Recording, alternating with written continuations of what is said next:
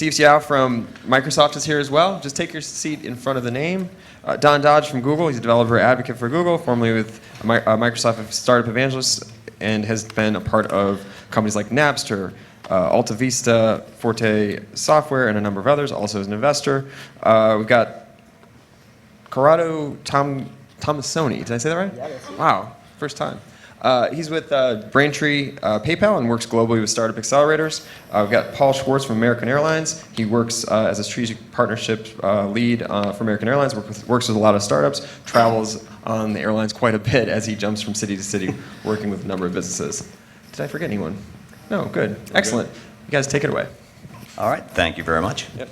So we've had our intros. I guess we'll get right into the questions, starting with this one. Last I checked, all your employers have a lot of things on their mind. American, you guys have a merger to complete. October 17th is a big day coming up. Google, you're looking to get an army of driverless cars to take over the highways. PayPal, you've got a little mobile payments competition coming online. And Microsoft, I heard great things about your hardware event today. So there's a lot of new things going on. Why then take the bandwidth, the time, and the money to go work with startups who could be your next competitors?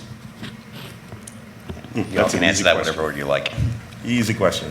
Startups are where the innovation happens. Startups will do things that big companies will not. Big companies tend not to take big risks or go after small markets that are emerging. So startups do. And so that's one of the reasons we work with startups. A second reason is we acquire a lot of companies. I think we acquired over 100 companies last year, and most of them are startups. So I'm always out looking around to see what's going on and potential startups to acquire. But the biggest reason that we work with startups is for the partnership part of it. So startups will build applications on top of Google platforms like Android or Chrome or Google Apps or Maps or that kind of thing. So we have a startup ecosystem that's building applications on top of those platforms, and that makes those platforms more usable, more valuable, and more important for our customers. Can you guys hear me? Yeah, I have to agree with Don. We want to do everything, but we just can't. One example prime example is when we had an accelerator just focus on the Connect. And the team at Microsoft, the team at Connect are operating within what they're supposed to do. Connect for Xbox and all that.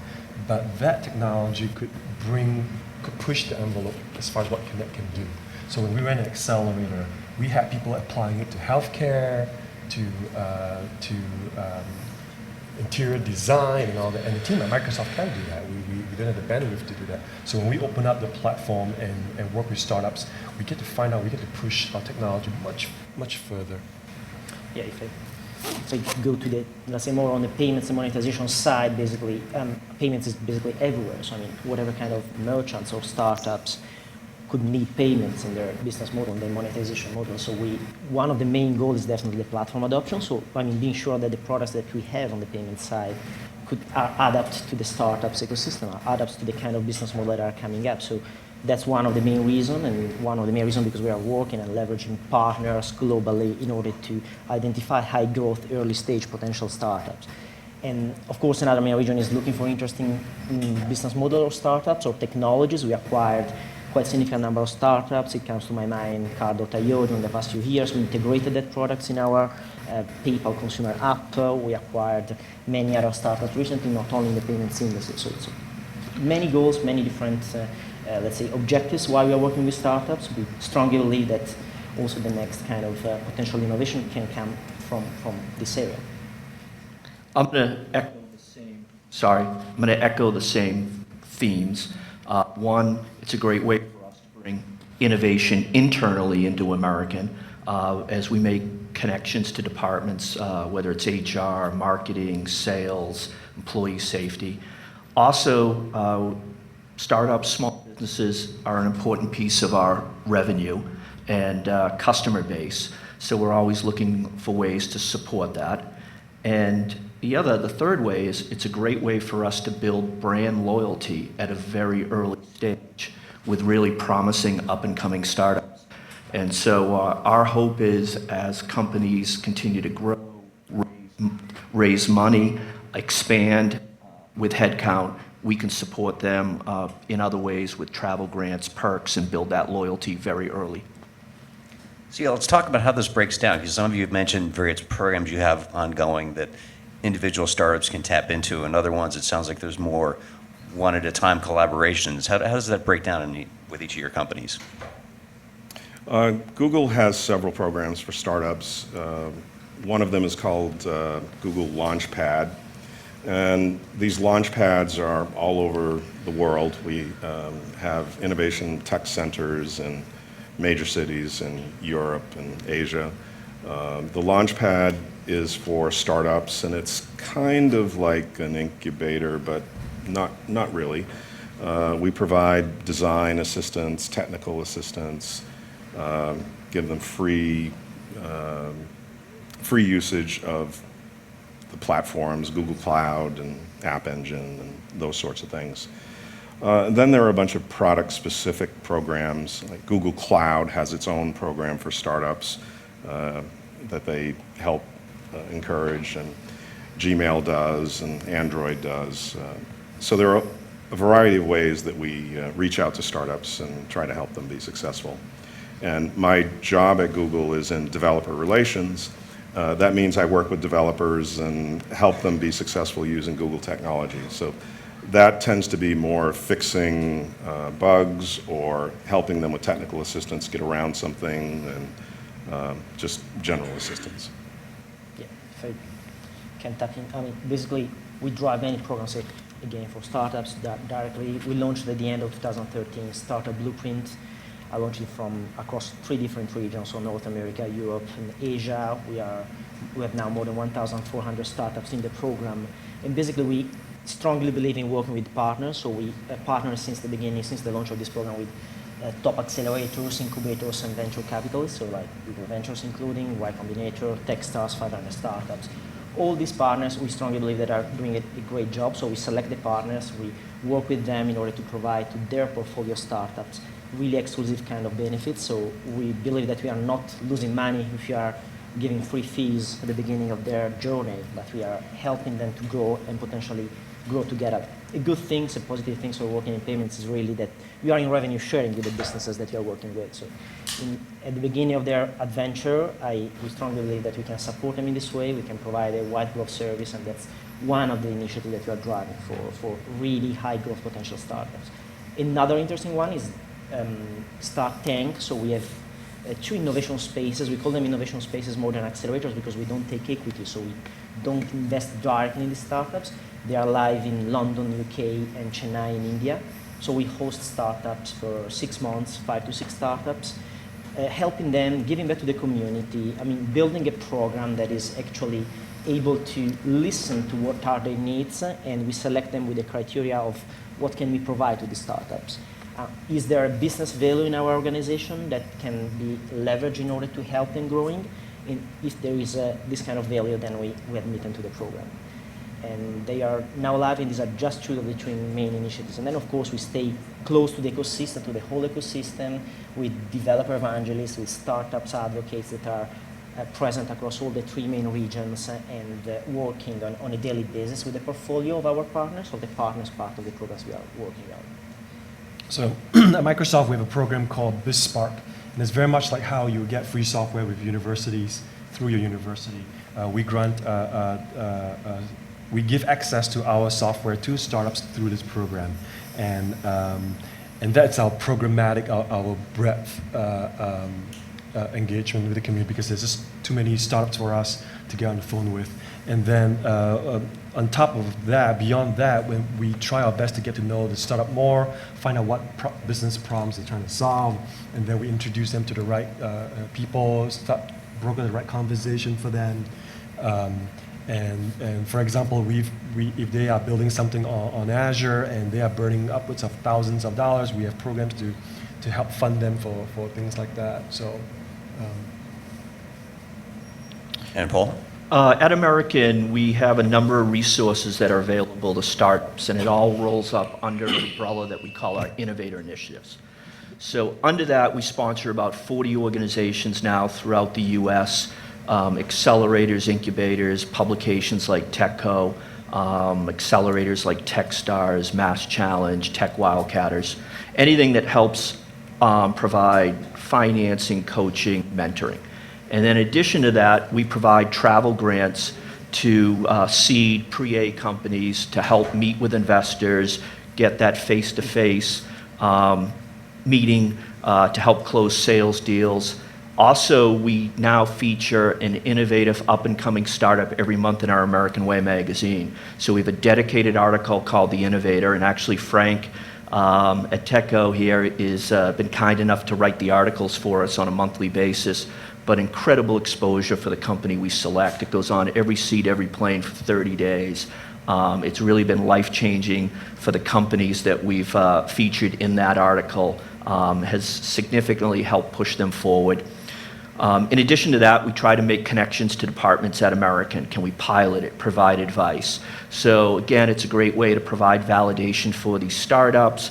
And also for us as a company, it's a great way to bring innovation and introduce the kind of a startup mentality into departments at American.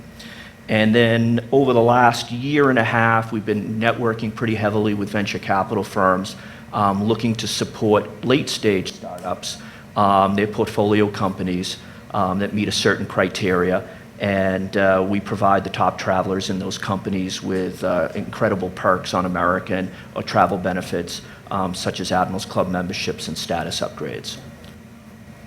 So let's talk about some examples of good collaborations you've had where, I guess, Google, Microsoft, American, PayPal, so on, gain something from it, and the startup gained something. The synergy, I hate to use the S word, give me some examples of how this has worked out for both partners in your own company's history.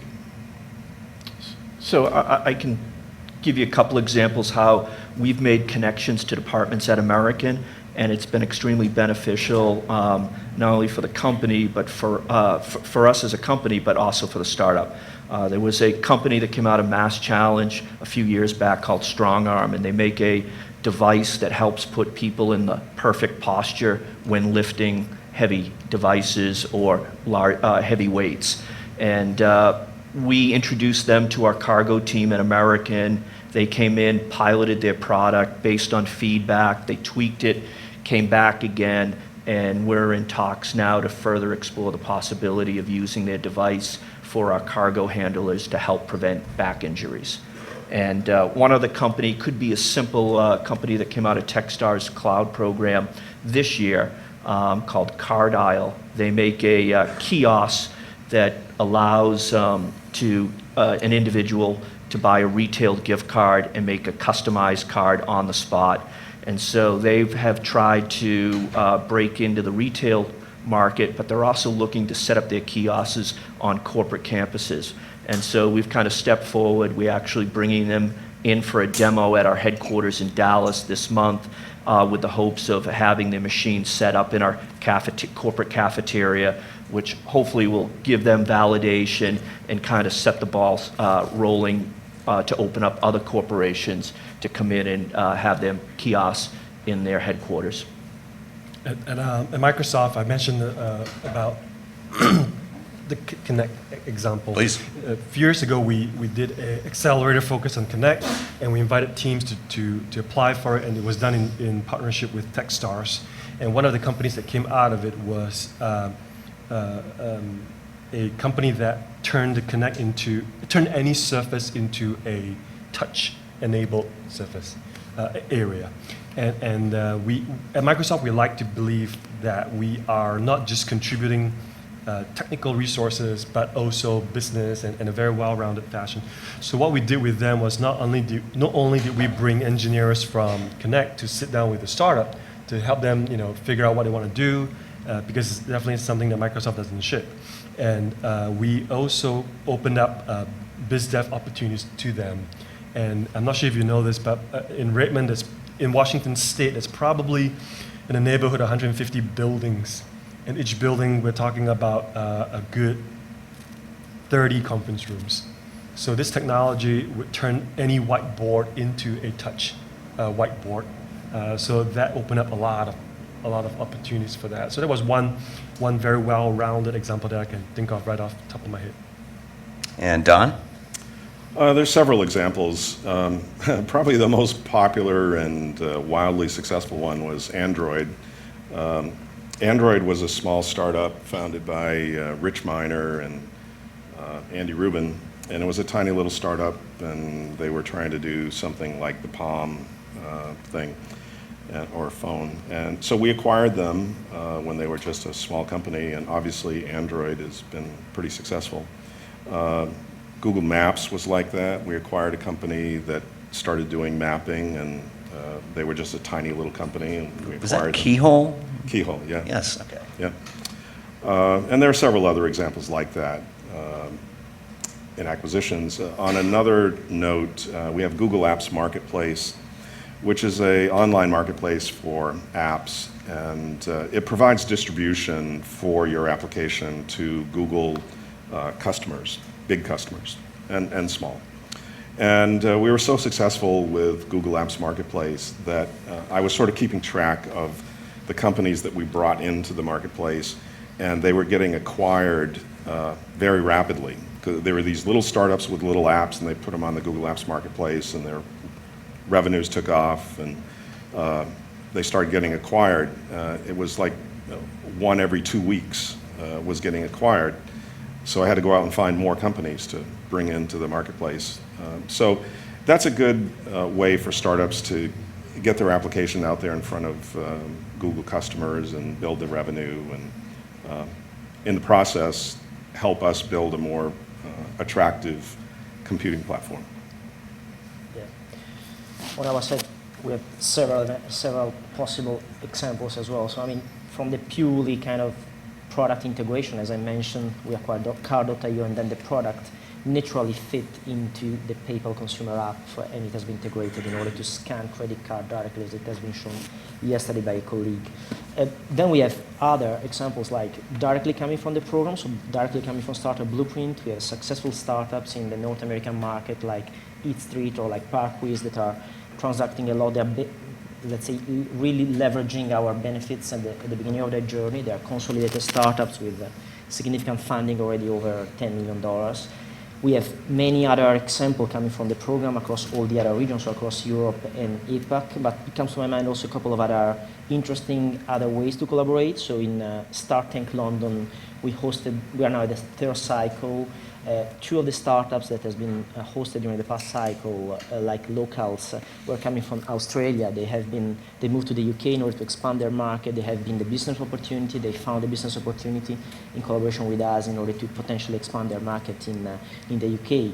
They are focusing on iBeacon technology, so it was really on, let's say, on the edge of kind of technologies that retailers are looking at. And at the same time, other companies, we have now Chinese UK startups in the program. It's called Mihai Bao. They are basically targeting the Chinese market, and in that case, it's not product, it's not benefit, it's more kind of potential business opportunities that we are helping to create for these startups.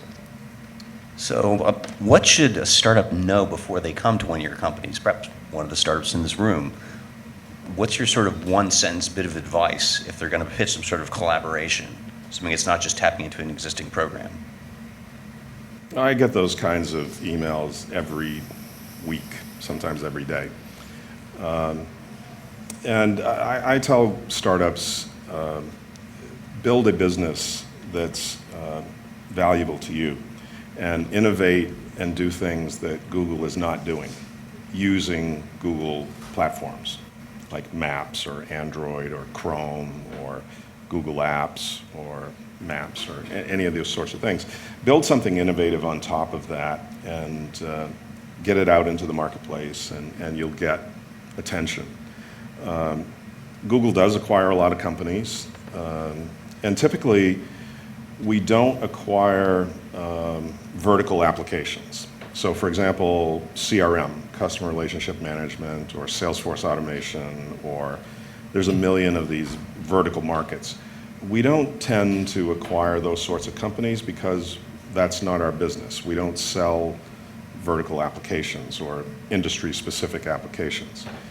We build major platforms that have billions of users. So we're more likely to acquire infrastructure companies or companies that add value to that major platform in terms of performance or usability or security or all of those sorts of infrastructure things. We tend to acquire those sorts of companies, and we tend to acquire companies that have amazing development teams. We don't tend to acquire companies for revenue streams. So don't worry about building up your revenue stream, at least not for us, because that's not the reason that we would acquire a company. We acquire it for team, technology, synergy with our platforms, those sorts of things. So I thought about this question a lot. So you guys know we have a preview of the questions ahead of time, so we can sound intelligent. Oh, I didn't look. Memo. Was it previewing some collaboration tool some big company in Mountain View makes? Google Docs? Oh, Google Doc. Oh, shoot, didn't look. So I try to take off my Microsoft hat and put on my entrepreneur hat when I work with startups. So I asked myself, what would I want to hear from a guy from Microsoft if I'm a startup? And I came up with the following. I think it's good to, you said before they come talk to us, what should they know about, what should they prep for? I'll answer the question with scoping it down to right before you meet with someone from Yahoo, someone from PayPal, someone from Google, is to find out who you're talking to. I don't mean it in a Robert De Niro where you're like, who are you talking to? But find out who this person represents in a company and what's important to them. If you meet Don later, find out what Don does. What are his responsibilities? Who does he represent? Because if he's from the sales group, his responsibilities will be very different than if he is with the evangelism group. I'm an evangelist. I don't have to make commissions, right? So your conversation with me have to be different. Don't sit down and start telling us what your company does, right? I mean, within the first 10 seconds, if you start a conversation by telling me how diapers for dogs is a $5 billion industry, and I'm here to come up with the Probably gotten that PR pitch at some point. Yeah, so I think the right thing to do is to find out. If I meet Corrado, I'll say, hey, what do you do? What's important to you? What is PayPal doing? What are you guys thinking about? And because you have to shift your pitch and your presentation and what you tell us. So we can, because while we represent our companies, we don't do everything, right? Corrado may have to connect you to a colleague in another group that can help you best. And likewise for me, likewise for Paul, likewise for Don. I'm not sure if I'm making any sense, but I've had one conversation where I sat down and the startup just started telling me what they do and what problem they're solving. And oh, slow down. If this is the first date, I mean...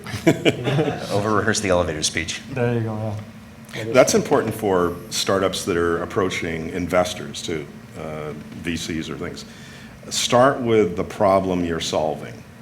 And if they nod their head about the problem you're solving, that's sort of permission to talk about how you do it. Many startups are so thrilled about the way that they solve a problem, they start by telling you how they do it and the technology they use.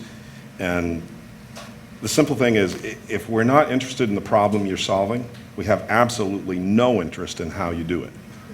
So start with the problem you're solving and see if they nod their head. Yeah, it's definitely, I think from our side, the first kind of step that I would suggest to follow is try to understand, to figure out what do you want to obtain from a collaboration with this corporate. I mean, am I looking to basically help in order to sustain my business? So in the case of payments, to have free fees, or in general, support from the integration perspective. Am I looking for a business partnership? So am I trying to establish in a specific area where I've been able to understand from the external facing information that the corporate is focusing their effort in that area? So in that case, I would like to establish a business kind of potential collaboration. Am I looking to push myself for a potential acquisition because I believe that the company or the corporate would need my product and sorting out my problem in a different ways within their product proposition?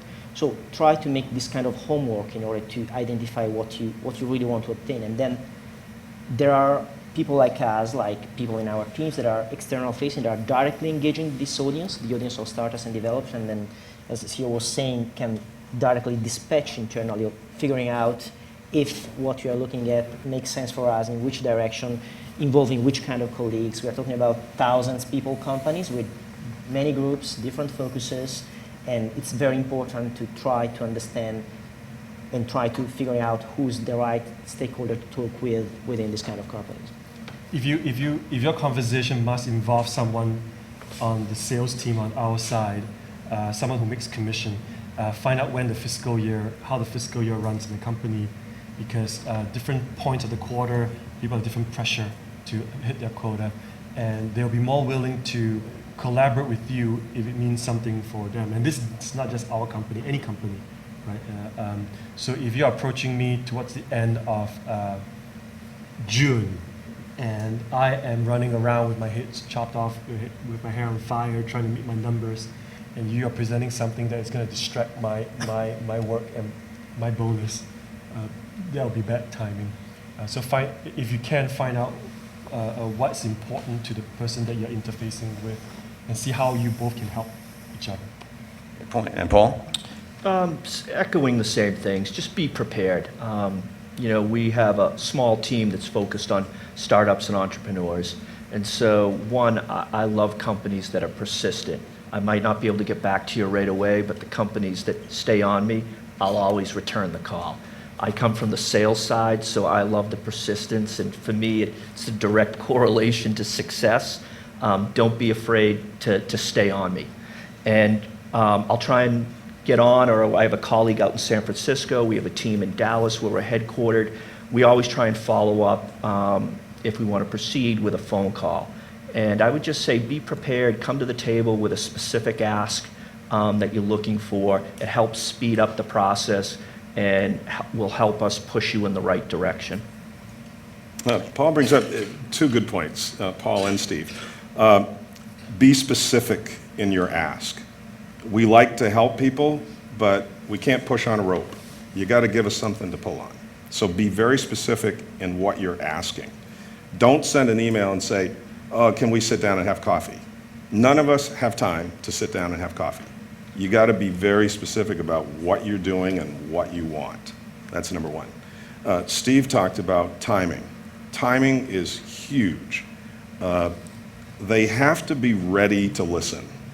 And sometimes that means they have to be ready in the quarter, so don't come at the end of the quarter, or in the product life cycle. When something just launched, that's when companies are very attractive. They want to see, oh, do you have something that will work with this product we just launched, or that will make it more valuable or interesting, or that kind of thing. I remember I was at Microsoft before I was at Google, doing the same job that Steve does, well, maybe a little different. I used to get involved in acquisitions a lot. And there was one company, I won't name the name, but I found this company. It was a startup. They were awesome. I brought them in to talk to the product group about an acquisition. They said, no, not now. Could have acquired them for $25 million. 2 years later, same company, brought them in again, and Microsoft acquired them for almost $200 million. And I said to these guys, the VPs, I said, what the hell? I brought this company in 2 years ago. You could have acquired them for 25 million bucks. They said, yeah, that's right, but we weren't ready. And in the 2 years that have passed, they've de-risked the deal. A lot of the risk has gone out. They've accomplished some things. We don't mind paying up. We'll pay up because it's less risky, and more importantly, we're ready. So don't be discouraged if you have a company that you think can add a lot of value. Don't be discouraged if the first time they're not interested, or the second time. Wait for the right time, and if it's meant to happen, it will happen. This is also pretty good advice for freelance writers looking to pitch editors, especially the be specific thing. I thought we'd open the floor to some questions. I know there are a lot of startup types here. Let's not have every question be asking Paul if your upgrade will clear. I totally can't see you, so like hold up your phone or something so I can figure out who has a question, and I'll repeat the question for everyone's benefit. Yes? How do you decide when a good time to actually sell your company is? Like, when do you decide, like, oh, we're far along enough, we've kind of hit a point where I don't think we're going to be able to scale up too much more, or when do you kind of decide to, I guess, cut out early and sell for the 20 million rather than holding out for the 200? So the question was timing your exit strategy. I guess, That's- what advice would you give to these startups who? Yeah, that's a great question. I got involved in a lot of acquisitions at Microsoft and at Google too. And in the early stage, there are these, I call them opportunistic kinds of acquisitions, where big companies will swoop in and try to acquire you before you get traction or before you really take off, because they can see that you've got a good idea and you've got a great team and the market is sort of ready to take off, but you haven't gotten any traction yet. These big companies will swoop in and try to acquire you opportunistically for $10, $20 million. And I call those are sort of more like acqui-hires than they are real acquisitions, but those happen a lot. And then there's this lull of where you're building the company and building the product and getting your first customers and building up revenue and all of that stuff. And then when you really get traction and you're an attractive company, then I think the decision point typically becomes, all right, do I sell out now for 100 million, or do I raise another VC round of 10 or 15 million dollars that will take me another 2 years and maybe take me to another plateau where I could sell for 2 or 3, 400 million. That's a tough decision right there. So it's either very early, opportunistic, and then you go through that valley of quietness and you're building the company, or it's later where you have to make that choice between selling out for 100 million or swinging for the fences for more.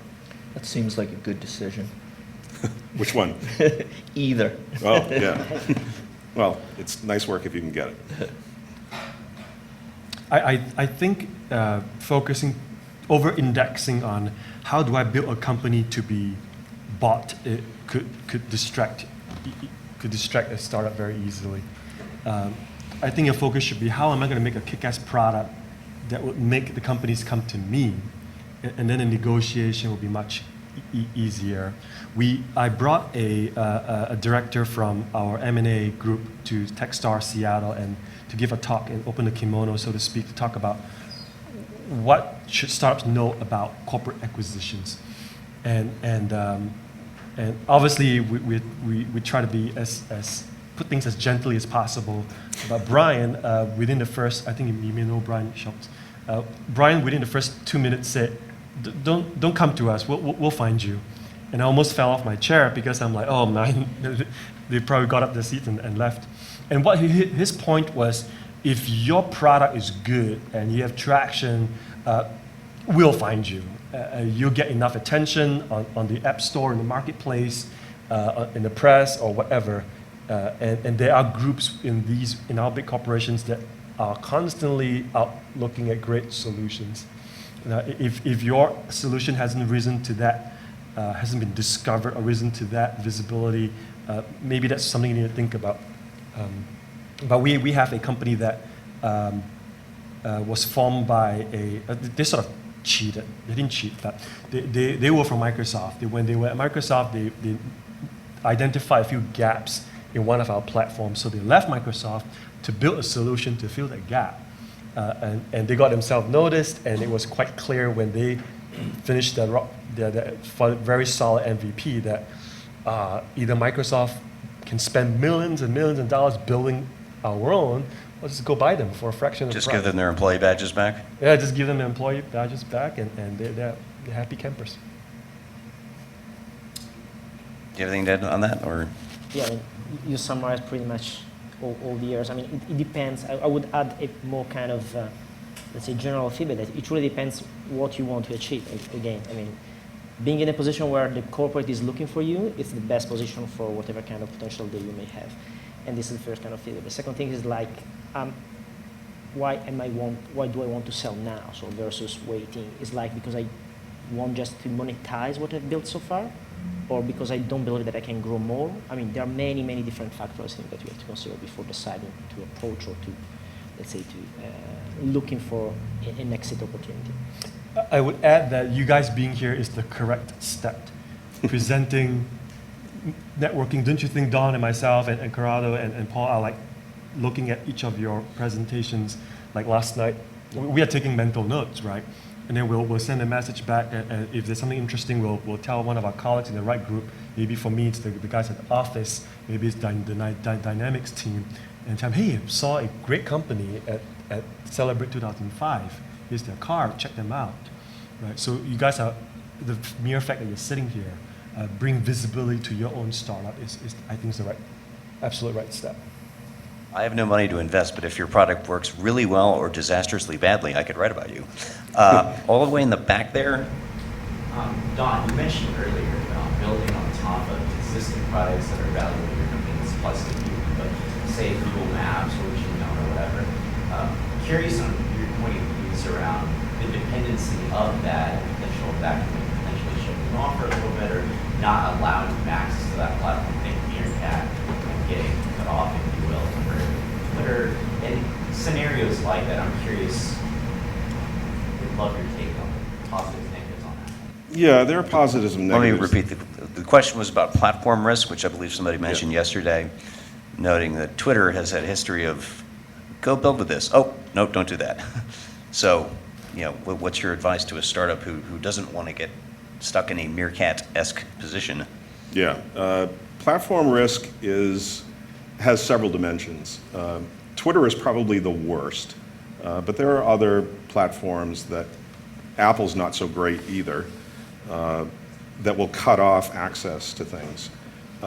Good platform companies that understand that startups and applications on top of their platforms is what really makes the platform valuable. Microsoft is very good at that. I think Google is pretty good at it. We tend not to do that. We tend to be more open and keep things going and try not to cut off access. The other risk to platform risk is that if you're all in on one platform, like Office 365 or Google Apps, if you only do one platform, one thing, then your acquisition opportunities, your exit opportunities, or your market opportunities are limited to that platform. So pick your platforms carefully. But if you're on Microsoft or Google, you're going to have billions of users, so those are pretty good bets to make. Making a platform decision on a startup, like Twitter was, or some of these smaller ones, you don't know if that platform is going to take off or not. You don't know if that company is going to support the platform well. So there are risks, and that's why most startups tend to focus on the big platforms. Yeah, I just added points. Someone had raised their phone in the back, and then you're on deck. So corporate innovation arose. Sorry, my question is, in the coming years, do you foresee any significant changes in how corporations or enterprise acquire innovation? Obviously, labs and acquisitions have always been a part of it, but is there anything significant that we see changing or that enterprises must do in the coming years? Well, I think I break it down to there's vitamins and painkillers. Vitamins are nice to have, painkillers you gotta have. And sometimes there are these trigger events that turn something into a painkiller that wasn't before. Typically that's government regulation or security things or stuff like that. Overnight, the company can become very interested in that product or that service because of a government thing or a security thing or something that triggered it going from a nice to have to a must have.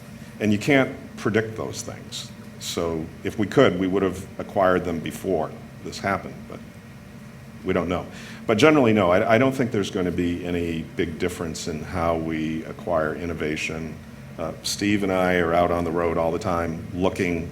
I see 600 or 700 startups a year, and I travel all over the world to do it. So we have a pretty good sense of what's going on out there and where the hot spots are and where the good teams are. So we don't get surprised very often. I think that one main thought here is that there are many other industries apart from technology or industries that are touching technology that are now adopting kind of innovation models that have been adopted by technology companies during the past more than 10 years, let's say. So this is an interesting trend, I would say. So if they are adopting an open innovation model in order to, let's say, look for interesting companies or startups in very traditional industries, this is probably one of the trends that we are starting to see now, not only in the accelerators area, but also in the corporates area, and probably will last also for the next few years. In the front there. So being a part of a big company, there's a lot of priorities that come down the line. I'm curious what percentage of your focus is in the startup community versus outside the startup community? So time slicing, how much time do you spend working with startups versus, dealing with the people you actually work with day by day? For me, it's 100%. I only deal with startups. I don't deal with big companies or larger companies. Same here. Yeah. And for me as well, it's 100% in the field. 100% with startups and developers, of course, but it's part of startups. There were questions back there. Yes. All the way there? Yep. So if the startup opens a dialogue early on, should they be concerned about the larger company running with their idea? No. Should the startup worry that one of these nice people will take your idea and run with it? Short answer is no. Big companies like Microsoft and Google, you might think we have unlimited money and unlimited people. We do sort of have unlimited money, but we don't have unlimited people. It's true. It's hard to hire people. It's really hard to hire people at Google. So no, we won't take your idea. And the second answer is, I'm telling you, we have a list of 1,000 ideas that we haven't had time to get to yet. Yep. We may have time for one last one, if there is one. It's hard. We had a conversation with a startup last night about NDAs. And so don't be offended if you come to Microsoft with your NDA and Microsoft said, no, we're not going to sign it.